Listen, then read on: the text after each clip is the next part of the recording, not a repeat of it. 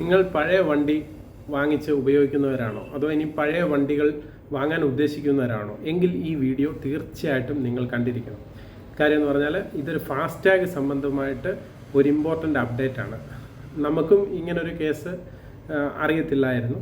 അപ്പോൾ ഞാൻ ഇന്നത് ചെയ്തതിൻ്റെ അടിസ്ഥാനത്തിലാണ് ഞാൻ ഈ വീഡിയോ ചെയ്യുന്നത്. അപ്പോൾ ഇങ്ങനെ ഒരുപാട് ആൾക്കാർ ഇതറിയാതെ ഇരിക്കുന്നു എന്നെനിക്ക് മനസ്സിലായതുകൊണ്ടാണ് ഞാൻ ഇങ്ങനൊരു വീഡിയോ ചെയ്യുന്നത്.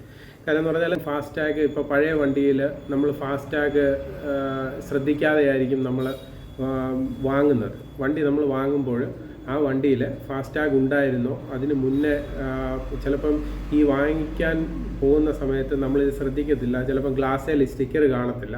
നമ്മൾ വണ്ടി വാങ്ങും, നമ്മൾ പോരും.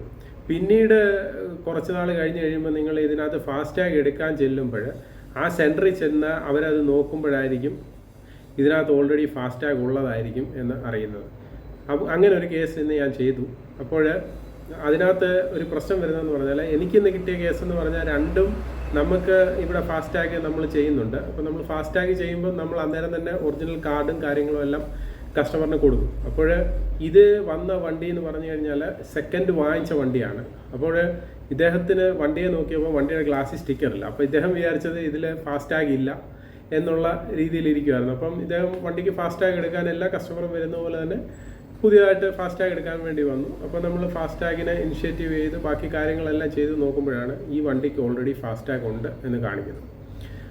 അപ്പോൾ പിന്നെ നമ്മളത് അവരുടെ കസ്റ്റമർ കെയറിലും മറ്റും കോണ്ടാക്ട് ചെയ്ത് പിന്നെ ഒരുപാട് ഒരു 1.5 മണിക്കൂർ ആ വണ്ടി അതിൻ്റെ തന്നെ നമ്മൾ പണിതിട്ടാണ് അത് റെഡിയാക്കി ലാസ്റ്റിൽ അത് ക്യാൻസലേഷൻ കൊടുത്തതിന് 7 വർക്കിംഗ് ഡേയ്സ് കഴിയുമ്പോഴാണ് അത് ക്യാൻസലായി കിട്ടിയതിന് ശേഷം മാത്രമാണ് ഇനി പുതിയ ഫാസ്ടാഗ് എടുക്കാൻ സാധിക്കുക. അപ്പോൾ നിങ്ങൾ ആരെങ്കിലും പുതിയ വണ്ടി വാങ്ങിക്കുകയാണെങ്കിൽ തീർച്ചയായിട്ടും ഈ കാര്യം ശ്രദ്ധിക്കുക. അതായത് ആ വണ്ടിക്ക് നിലവിൽ ഫാസ്ടാഗ് ഉണ്ടെങ്കിൽ ആ ഓണറെ കൊണ്ട് തന്നെ ആ ഫാസ്ടാഗ് അവരുടെ കസ്റ്റമർ കെയറിൽ നിന്ന് ക്യാൻസൽ ചെയ്യിപ്പിച്ചതിന് ശേഷം മാത്രം നിങ്ങൾ സെക്കൻഡ് വണ്ടി മേടിക്കുക. അല്ലെന്നുണ്ടെങ്കിൽ അത് പിന്നീട് വലിയ പാടാണ് അത് നമുക്കത് കറക്റ്റ് ചെയ്തെടുക്കണമെങ്കിൽ. കാര്യം വെച്ചാൽ ഇവർ രജിസ്റ്റർ ചെയ്തിട്ടുള്ള മൊബൈലാണെങ്കിൽ ആ മൊബൈലിലേക്കൊക്കെ OTP പോകത്തുള്ളൂ. അതുപോലെ തന്നെ ഈ കസ്റ്റമർക്ക് 2 വണ്ടി ഉണ്ടെങ്കിൽ മാത്രമേ നമുക്ക് ഓൺലൈൻ വഴി ക്യാൻസൽ ചെയ്യാൻ പറ്റത്തുള്ളൂ. അല്ലാത്ത പക്ഷം ഇത് നേരിട്ട് കസ്റ്റമർ അവിടെ പോയി ഈ പറഞ്ഞതുപോലെ ഇത് ക്യാൻസലേഷൻ അപ്ലൈ ചെയ്ത് ഒക്കെയാണ് ഇത് ക്യാൻസൽ ചെയ്യേണ്ടത്.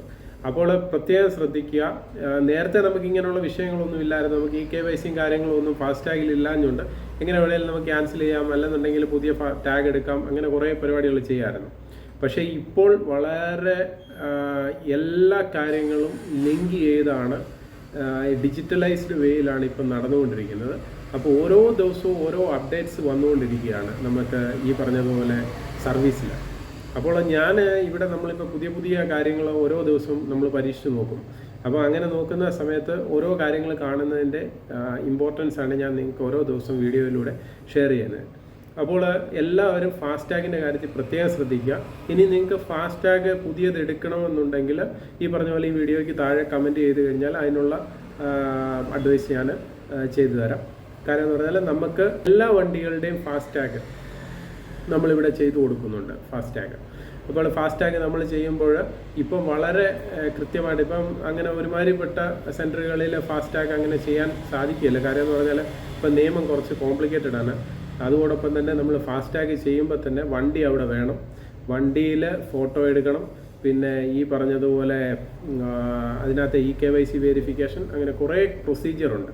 ആ പ്രൊസീജിയർ എല്ലാം കംപ്ലീറ്റ് ആയതിനു ശേഷം മാത്രമേ ഫാസ്ടാഗ് ഇഷ്യൂ ആകത്തുള്ളൂ. ആ ഇഷ്യൂ ആയി വാലിഡേറ്റ് ആയ ടാഗ് നമ്മളിവിടെ കസ്റ്റമറുടെ മുന്നിൽ വെച്ച് തന്നെ അത് ആ വണ്ടി നമ്പർ അടിച്ച് ടാഗ് ആക്ടിവേറ്റ് ആക്കി ടാഗ് വണ്ടിയിൽ ഒട്ടിച്ച് ഈ പറഞ്ഞതുപോലെ ഫോട്ടോ എടുത്ത് അപ്ലോഡ് ചെയ്ത് കഴിയുമ്പോഴേ ഈ പ്രോസസ്സ് കംപ്ലീറ്റ് ആകത്തുള്ളൂ.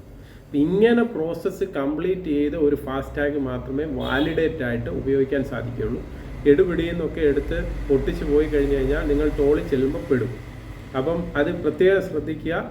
ഫാസ്ടാഗ് എടുക്കുമ്പം കൃത്യമായിട്ട് അറിയാവുന്നതും ചെയ്ത് എക്സ്പീരിയൻസ് ഉള്ളതുമായിട്ടുള്ള സെൻറ്ററിൽ മാത്രം സമീപിക്കുക. കൃത്യമായിട്ട് അവർ കാര്യങ്ങൾ പറഞ്ഞു തരും. അപ്പോൾ ഫാസ്ടാഗ് എടുക്കുമ്പം പ്രത്യേകിച്ച് വണ്ടി വാങ്ങുവാനിരിക്കുന്ന ആളും പഴയ വണ്ടി ഉള്ള ആളും ഇത് എത്രയും പെട്ടെന്ന് ചെക്ക് ചെയ്ത് നിങ്ങളുടെ ഫാസ്ടാഗ് വാലിഡ് ആണെന്ന് ഉറപ്പുവരുത്തുക. വീഡിയോ ഇഷ്ടമായിട്ടുണ്ടെങ്കിൽ തീർച്ചയായിട്ടും ഷെയർ ചെയ്യുക, ലൈക്ക് ചെയ്യുക, കമൻറ്റ് ചെയ്യുക. ഹൃദയപൂർവ്വം നിങ്ങളുടെ സ്വന്തം ST channel. Bye and take care.